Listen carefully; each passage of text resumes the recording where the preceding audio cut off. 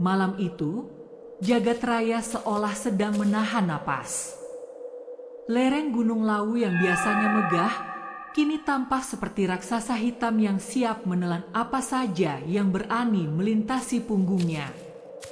Kabut tebal merayap turun dari puncak, putih dan dingin, menyelimuti pepohonan pinus hingga mereka tampak seperti barisan nisan raksasa yang tak berujung. Di dalam kabin mobil tua yang mesinnya menderu payah, saya, Maya, duduk dengan jemari yang saling bertaut erat. Keringat dingin membasahi telapak tangan saya, kontras dengan udara AC mobil yang menusuk tulang. Di samping saya, Rian, pria yang baru beberapa jam lalu secara resmi menjadi suami saya, duduk mematung. Matanya lurus menatap aspal jalanan yang semakin sempit dan rusak. Ia tidak bersuara sejak kami melewati batas kota. Tangannya yang mengenakan sarung tangan kulit hitam menggenggam kemudi dengan sangat kencang, hingga urat-urat di punggung tangannya menonjol tegang. Saya mencoba mencari kehangatan dengan menyentuh lengannya, namun yang saya rasakan hanyalah kekakuan. Rian terasa seperti bongkahan batu yang dipakaikan setelan jas. "Rian, apa masih jauh?" Suara saya pecah, kecil dan gemetar di tengah sunyinya kabin. Rian tidak menoleh. Ia hanya berdehem kecil, suara yang terdengar seperti gesekan dua bilah kayu kering. Sebentar lagi, Maya. Desa Larangan ada di balik lembah itu. Ibu sudah menunggu kita. Kamu jangan banyak pikiran, ya. Kalimatnya seharusnya menenangkan, tapi nada bicaranya datar, tanpa emosi, seolah ia sedang membacakan naskah yang sudah dihafal ribuan kali. Saya menatap keluar jendela. Kegelapan di luar sana sangat pekat, seolah cahaya lampu mobil kami disedot oleh hutan yang rimbun di kiri dan kanan jalan. Tiba-tiba, lampu sorot mobil menangkap siluet sebuah gapura tua. Gapura itu terbuat dari batu hitam yang sudah pecah-pecah, dihiasi ukiran dua ular naga raksasa yang saling melilit. Yang membuat bulu kuduk saya berdiri adalah bagian kepalanya. Mata naga itu dibuat dari batu merah delima yang seolah-olah menyala saat terkena sinar lampu, menatap tepat ke arah saya dengan kebencian yang nyata. Begitu kami melewati gapura itu, suhu di dalam mobil turun drastis. Napas saya mulai membentuk uap putih di udara. "Rian, kok dingin sekali? Matikan saja AC-nya," pinta saya. Rian hanya diam. Ia malah mematikan radio yang sedari tadi memutar lagu-lagu pop pelan. Kini, satu-satunya suara yang mengisi ruangan sempit itu adalah deru mesin dan suara angin yang bersiul melewati celah jendela, suara yang terdengar seperti tangisan wanita dari kejauhan. Mobil melambat saat kami memasuki area pemukiman. Tapi, ini bukan desa yang saya bayangkan. Tidak ada lampu jalan, tidak ada warung yang buka, bahkan tidak ada satupun suara gonggongan anjing yang biasanya lazim di pedesaan. Rumah-rumah di sini semuanya berbentuk panggung, terbuat dari kayu jati tua yang warnanya sudah menghitam legam. Semuanya tertutup rapat. Tak ada secercah cahaya pun dari celah ventilasi. Desa ini seperti kuburan massal yang dipaksakan berdiri. "Kenapa sepi sekali, Rian? Bukankah ini malam pernikahan kita?" tanya saya lagi, kali ini dengan nada yang hampir menangis karena takut. "Di sini adatnya berbeda, Maya. Malam pengantin adalah malam yang suci, malam sunyi.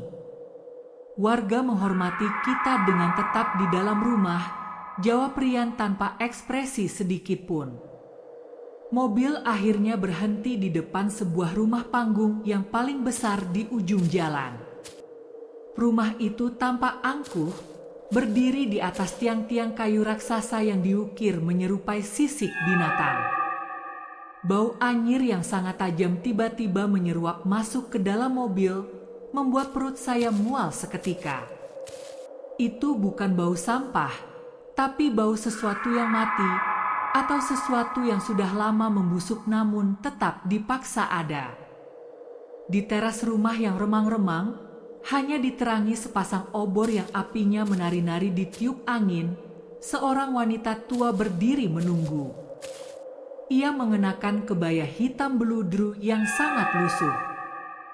Rambutnya disanggul rapi, namun wajahnya adalah kumpulan kerutan yang sangat dalam, seolah kulitnya kekurangan cairan selama berpuluh-puluh tahun.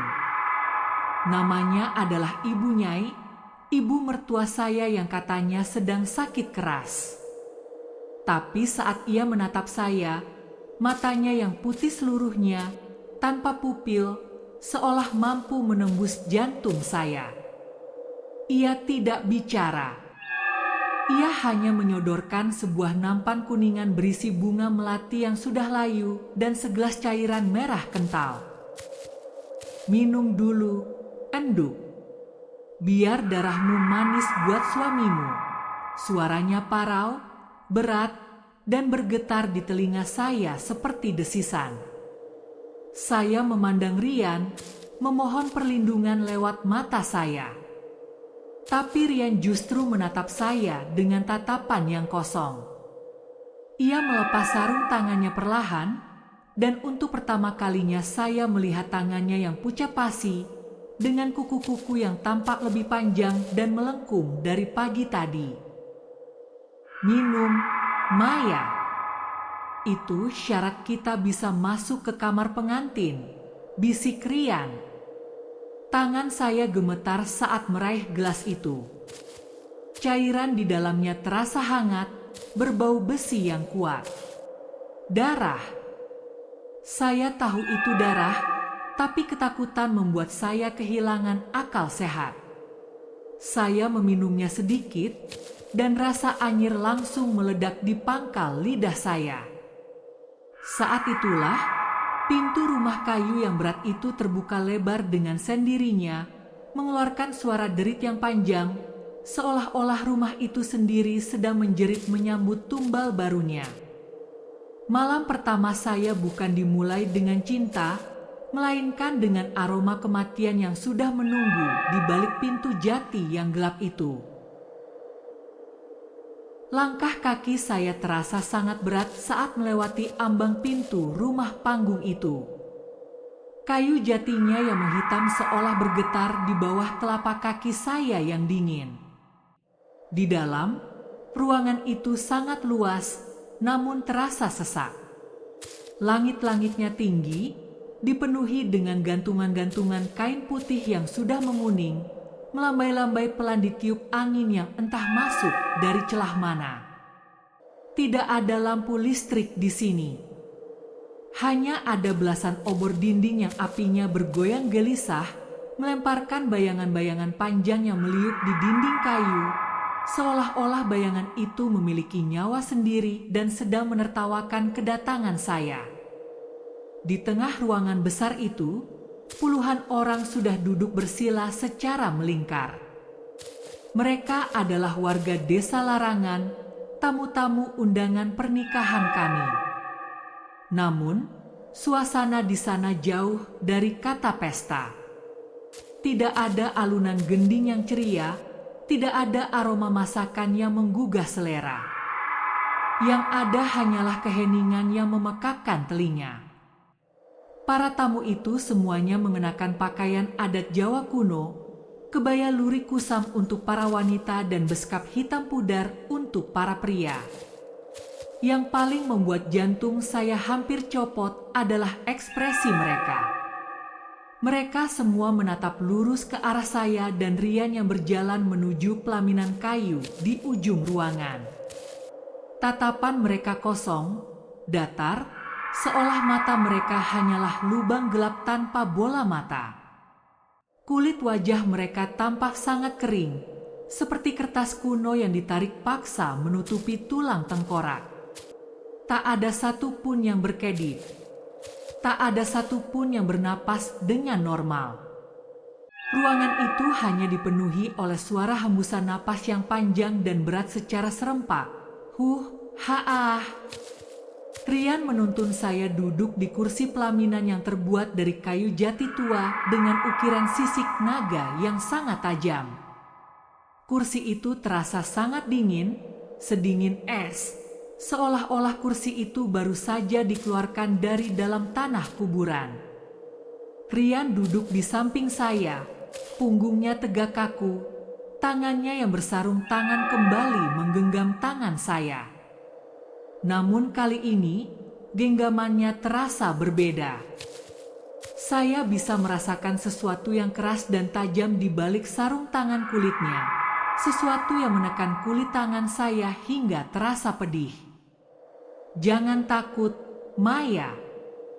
Mereka hanya ingin memberikan restu, bisik Rian. Suaranya kini terdengar sangat asing, lebih berat dan bergetar, seolah ada suara lain yang berbicara lewat kerongkongannya. Ibu mertua saya, Ibu Nyai, berjalan mendekat dengan langkah yang sangat pelan, seolah kakinya tidak menyentuh lantai. Ia membawa nampan kayu berisi sebuah piring keramik retak. Di atas piring itu terbaring seekor ayam cemani yang bulunya hitam legam, lehernya sudah tergorong, namun tubuhnya masih bergerak-gerak kecil dalam sisa-sisa nyawanya. Darah hitam kental mengalir perlahan, membasahi nasi kuning yang tampak pucat di bawahnya. Mangan, enduk. Iki syarat dadi bagian desa iki. Makanlah, nak. Ini syarat menjadi bagian desa ini. Suara Ibu Nyai terdengar seperti gesekan pisau pada batu. Bau amis darah ayam itu menusuk hidung saya, memicu rasa mual yang luar biasa. Saya menoleh ke arah tamu-tamu di hadapan saya. Tiba-tiba, secara serempak, mereka mulai menggerakkan rahang mereka. Krak, krak, krak. Suara tulang yang bergeser memenuhi ruangan. Mereka tidak sedang memakan nasi, mereka sedang mengunyah udara kosong dengan gerakan yang kaku, seolah-olah rahang mereka digerakkan oleh tali tak terlihat dari atas langit-langit. Saya mencoba memalingkan wajah, mencari bantuan ke arah luar melalui jendela besar yang terbuka di samping pelaminan. Di bawah cahaya obor yang meremang, saya melihat seorang wanita tua penjual bunga pasar yang tadi siang sempat menatap saya dengan iba. Ia berdiri di balik pohon kamboja besar di halaman rumah. Wajahnya terlihat sangat ketakutan. Ia menutup mulutnya dengan tangan yang gemetar, dan saat mata kami bertemu, ia menggelengkan kepalanya berkali-kali. Bibirnya bergerak tanpa suara, mengucap satu kata berulang kali, layu, Malayu, lari, larilah. Jantung saya berdegup kencang, seolah ingin melompat keluar dari dada. Mengapa dia menyuruh saya lari? Apa yang sebenarnya sedang terjadi di rumah ini? Saat saya menoleh kembali ke arah Rian untuk menanyakan hal itu, saya melihat sesuatu yang membuat darah saya berhenti mengalir. Di bagian tengkuk leher Rian, tepat di atas kerah kemeja pengantinnya, kulitnya mulai mengelupas seperti plastik yang terbakar. Di bawah lapisan kulit yang pecah itu, muncul sesuatu yang berkilat hijau gelap, keras, dan bersisik. Sisik itu bergerak pelan, seolah sedang bernapas. Rian menoleh ke arah saya. Pupil matanya yang tadinya bulat sempurna, kini mulai menyempit secara vertikal, persis seperti mata ular yang sedang mengincar mangsanya. Maya, kenapa kamu tidak makan? Tanyanya dengan nada dingin yang membuat seluruh bulu kuduk saya berdiri tegak. Saat itulah saya sadar, pria yang duduk di samping saya ini bukan lagi manusia yang saya cintai di kota. Dia sedang berubah menjadi sesuatu yang lain, sesuatu yang mengerikan yang sudah lama menunggu di desa larangan ini. Pukul 10 malam tepat. Suasana di ruang tengah rumah panggung itu berubah seketika saat Ibu Nyai mengangkat tangannya tinggi-tinggi. Tanpa aba-aba, semua obor di dinding padam serempak, menyisakan kepulan asap putih yang berbau belerang. Para tamu tanpa wajah itu berdiri secara bersamaan, gerakan mereka kaku, menimbulkan suara gesekan kain yang menyeramkan. Sreek, sreek. Mereka menepi, membukakan jalan sempit menuju bagian belakang rumah, menuju kamar pengantin kami. Rian menarik tangan saya. Genggamannya kini tidak lagi terasa seperti tangan manusia. Jemarinya terasa panjang, keras, dan sangat dingin, seolah-olah tulang-tulangnya telah berubah menjadi batangan besi yang dibalut kulit tipis. Kami berjalan melewati lorong panjang yang gelap. Di dinding lorong itu, saya melihat deretan lukisan tua yang wajah-wajahnya telah memudar, namun mata mereka seolah bergerak mengikuti langkah kaki saya. Bau amis darah ayam cemani tadi kini bercampur dengan aroma tanah basah dan kulit yang membusuk. Ingat pesan Ibu, Maya. Jangan pernah nyalakan lampu sampai fajar menyingsing. Suara Ibu Nyai bergema di lorong sepi itu, terdengar jauh namun sangat jelas di telinga saya. Biarkan suamimu menunjukkan wujud cintanya yang paling murni dalam kegelapan. Kami sampai di depan sebuah pintu kayu jati raksasa. Ukirannya adalah naga yang sedang melilit tubuh seorang wanita. Sebuah pemandangan yang membuat perut saya melilit ngeri. Begitu kami masuk, Rian langsung menutup pintu itu dan saya mendengar suara kunci diputar 2 kali dari luar. Klek, klek. Kami terkurung. Kamar itu hanya diterangi satu lampu minyak kecil yang apinya sudah hampir habis. Kelambu tempat tidur yang berwarna putih gading tampak melambai-lambai pelan, padahal semua jendela tertutup rapat. Rian berdiri mematung di tengah ruangan, memunggungi saya. Bahunya naik turun dengan irama napas yang cepat dan kasar. Rian, tolong bicara. Ada apa dengan tempat ini? Kenapa semua orang begitu aneh? Suara saya bergetar, air mata mulai menggenang di kelopak mata saya. Rian tidak menjawab. Tubuhnya mulai bergetar hebat. Saya melihat jas pengantinnya mulai meregang, seolah ada sesuatu yang besar sedang mencoba mendesak keluar dari dalam tubuhnya. Krek prak. Suara tulang punggungnya yang bergeser terdengar sangat keras di kesunyian malam itu. Maya, matikan lampunya. Desis Rian. Suaranya bukan lagi suara pria yang saya kenal di kota. Itu adalah suara serak yang keluar dari tenggorokan yang dipenuhi lendir. Aku takut, Rian. Tolong jangan begini, teriak saya histeris. Matikan, bentaknya. Sesaat setelah teriakan itu, angin kencang entah dari mana menghantam lampu minyak tersebut. Padam. Seketika kamar itu menjadi gelap total. Dalam kegelapan pekat itu, indera pendengaran saya menjadi sangat tajam. Saya mendengar suara kain yang robek paksa. Sreek. Jas Rian hancur berkeping-keping. Diikuti suara sesuatu yang basah jatuh ke lantai kayu. Pluk, pluk.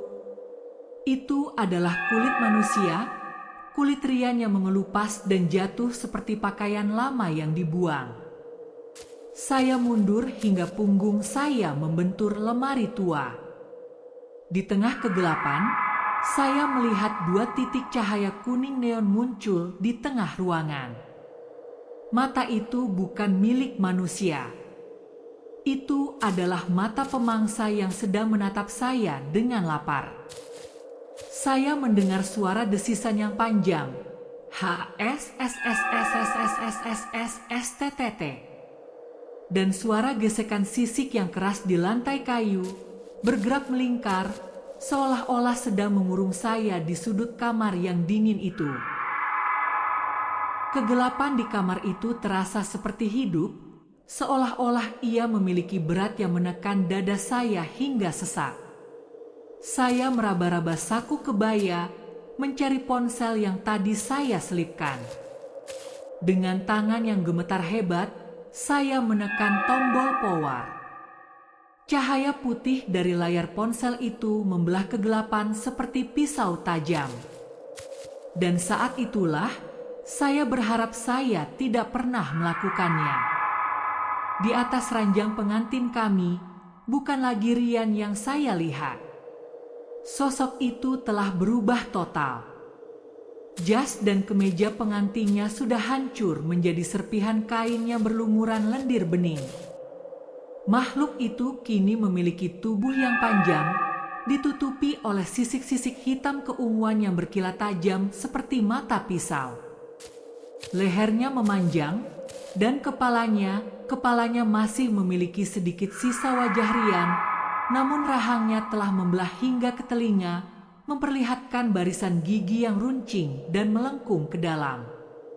Kulit manusia Rian yang asli masih menempel di beberapa bagian tubuhnya, menggantung seperti sobekan kertas basah yang menjijikan.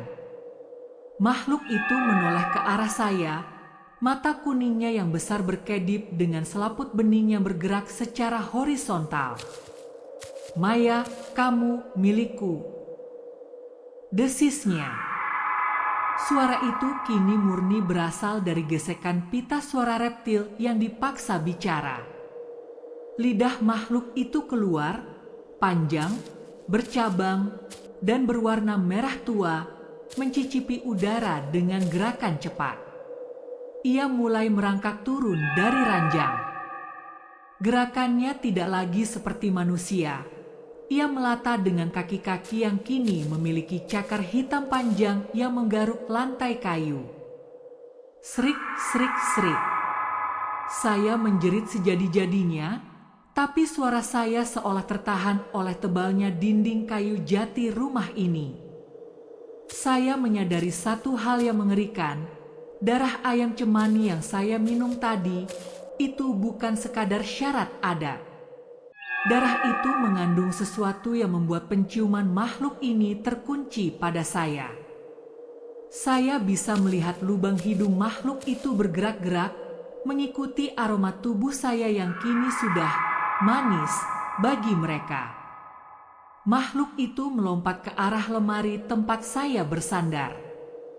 Dengan kekuatan luar biasa, cakarnya merobek kayu jati lemari itu hingga hancur berkeping-keping. Saya berhasil menghindar ke samping, namun ujung cakarnya sempat mengenai bahu saya, meninggalkan luka sayatan yang dalam. Darah segar mengalir, dan makhluk itu berhenti sejenak, menjilati darah yang menempel di cakarnya dengan ekspresi yang sangat mengerikan, sebuah ekspresi kepuasan yang murni jahat. Saya menyadari bahwa ini bukan sekadar transformasi biasa. Ini adalah ritual pembaruan kulit. Desa Larangan membutuhkan kulit baru setiap 5 tahun agar kutukan mereka tidak menghancurkan mereka semua. Dan tahun ini, kulit saya yang akan diambil untuk membungkus daging makhluk yang kini berdiri di hadapan saya. Adrenalin menyuntik kaki saya dengan kekuatan yang tak pernah saya duga sebelumnya. Saya tidak lagi menangis, air mata saya sudah kering oleh rasa ngeri. Saya melihat sebuah kursi kayu jati di pojok kamar. Tanpa pikir panjang, saya meraih kursi itu dan menghantamkannya ke arah jendela besar yang tertutup rapat. Brak! Jendela itu tidak pecah, kayunya terlalu kuat. Makhluk bersisik itu kembali menyerang. Ia meluncur di atas lantai seperti ular kobra yang siap mematuk. Saya berguling di bawah ranjang, mencium bau debu dan amis yang lebih menyengat di bawah sana.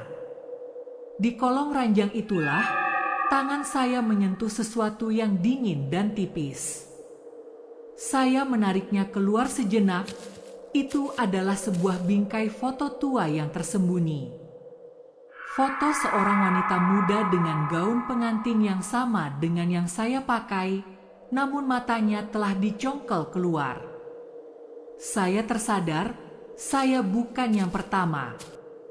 Sudah ada banyak Maya sebelum saya. Saya merangkak keluar dari sisi lain ranjang, dan kali ini saya melihat sebuah lampu minyak cadangan di atas meja kecil. Saya mengambil korek api kayu yang ada di sana. Dengan tangan gemetar, saya menyalakan apinya. Cahaya api itu membuat makhluk bersisik itu mundur seketika. Ia mendesis marah, menutup matanya yang sensitif terhadap cahaya mendadak. Api! Mereka takut pada api. Saya melempar lampu minyak itu ke arah kelambu tempat tidur yang besar. Dalam hitungan detik, kain kelambu itu terbakar hebat. Api berkobar menyambar bantal dan kasur kapas. Ruangan yang tadinya gelap kini terang benderang oleh api yang merah membara. Makhluk itu melolong, suara lengkingannya memecah kesunyian malam, dan ia mundur ke pojok kamar yang paling jauh dari api. Dalam kekacauan itu, pintu kamar didobrak dari luar. Bukan oleh penolong, melainkan oleh Ibu Nyai dan beberapa warga desa yang wajahnya kini sudah mulai mengelupas juga. Mereka berteriak marah melihat ritual mereka terganggu oleh api. Ojo! Ojo dibakar! Kulit teda dirusak! Jangan! Jangan dibakar! Kulitnya jadi rusak! Teriak Ibu Nyai. Saya tidak mempedulikan mereka. Saya menerobos kerumunan orang-orang bersisik itu. Kulit tangan mereka terasa kasar dan tajam saat bersentuhan dengan kulit saya. Saya berlari menuju lorong, menuju pintu depan. Namun lorong itu kini dipenuhi oleh warga desa yang merangkak di dinding dan langit-langit, menyerupai koloni cicak raksasa yang sedang kelaparan. Saya berlari menuju dapur, meraih sebotol minyak tanah dan menyiramkannya ke lantai kayu di belakang saya, lalu melemparkan kain yang terbakar. Api menjalar cepat, menciptakan dinding pelindung antara saya dan makhluk-makhluk itu. Saya melompat keluar dari jendela dapur yang terbuka, jatuh ke tanah berlumpur di bawah rumah panggung. Saya berlari sekuat tenaga menembus hutan pinus, kaki saya tergores semak berduri, namun saya terus berlari menuju cahaya lampu jalan raya yang tampak sangat jauh di kejauhan. Langkah kaki saya terasa berat, seolah lumpur hutan itu ingin menelan saya hidup-hidup. Di belakang saya, suara desisan ratusan makhluk bersahut-sahutan bergema di antara pepohonan pinus. Saya tidak berani menoleh. Saya tahu, jika saya menoleh, saya akan kehilangan keberanian saya sepenuhnya. Tepat saat fajar mulai menorehkan garis merah di ufuk timur, saya mencapai pinggir jalan raya utama. Cahaya lampu dari sebuah truk logistik besar mendekat. Saya berdiri di tengah jalan, melambaikan tangan dengan sisa tenaga yang ada. Truk itu mengerem mendadak, menghasilkan suara decitan yang memecah keheningan subuh. Sopirnya turun dengan wajah pucat pasi melihat kondisi saya yang berantakan, gaun pengantin yang sobek, tubuh berlumuran lumpur dan darah. Tolong bawa aku pergi dari sini. Bisik saya sebelum akhirnya kegelapan merenggut kesadaran saya. Saya terbangun 3 hari kemudian di sebuah rumah sakit di pusat kota. Polisi berdiri di samping tempat tidur saya. Saya menceritakan semuanya, tentang Rian, tentang desa larangan, tentang sisik-sisik itu. Namun, ekspresi polisi itu membuat jantung saya kembali berdegup kencang. Mereka mengatakan bahwa mereka sudah mendatangi lokasi yang saya tunjukkan.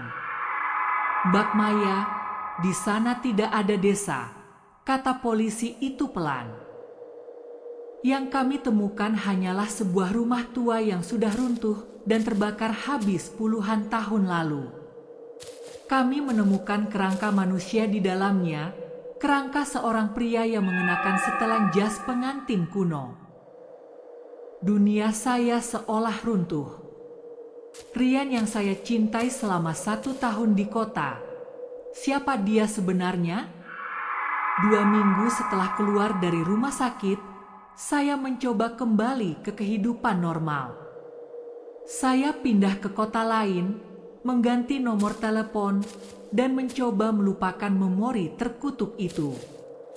Namun, suatu malam, saat saya sedang menyisir rambut di depan cermin, saya merasakan sesuatu yang aneh di bagian belakang leher saya. Rasanya dingin, kasar. Saya menyampingkan rambut saya, mencoba melihat pantulan leher saya melalui cermin kecil. Jantung saya seolah berhenti berdetak. Di sana, tepat di tengkuk saya, sebuah bercak kecil berwarna hijau gelap muncul. Teksturnya keras, berkilat, dan berbentuk segi 6 sempurna. Sebuah sisik. Ponsel saya yang tergeletak di atas meja tiba-tiba bergetar. Sebuah pesan masuk dari nomor yang tidak dikenal. Saya membukanya dengan tangan gemetar. Isinya hanya sebuah kalimat singkat dalam bahasa Jawa, kulitmu wis mateng, enduk. Wektune muleh. Kulitmu sudah matang, nak. Waktunya pulang. Saya melihat ke cermin lagi. Sisik itu mulai tumbuh dengan cepat, merayap naik menuju telinga saya. Saya menyadari pelarian saya hanyalah penundaan. Sekali Anda meminum darah di desa larangan, Anda tidak akan pernah bisa benar-benar pergi. Rian tidak mengejar saya malam itu, karena ia tahu bahwa kemanapun saya pergi, tubuh saya sendiri yang akan berubah menjadi dia.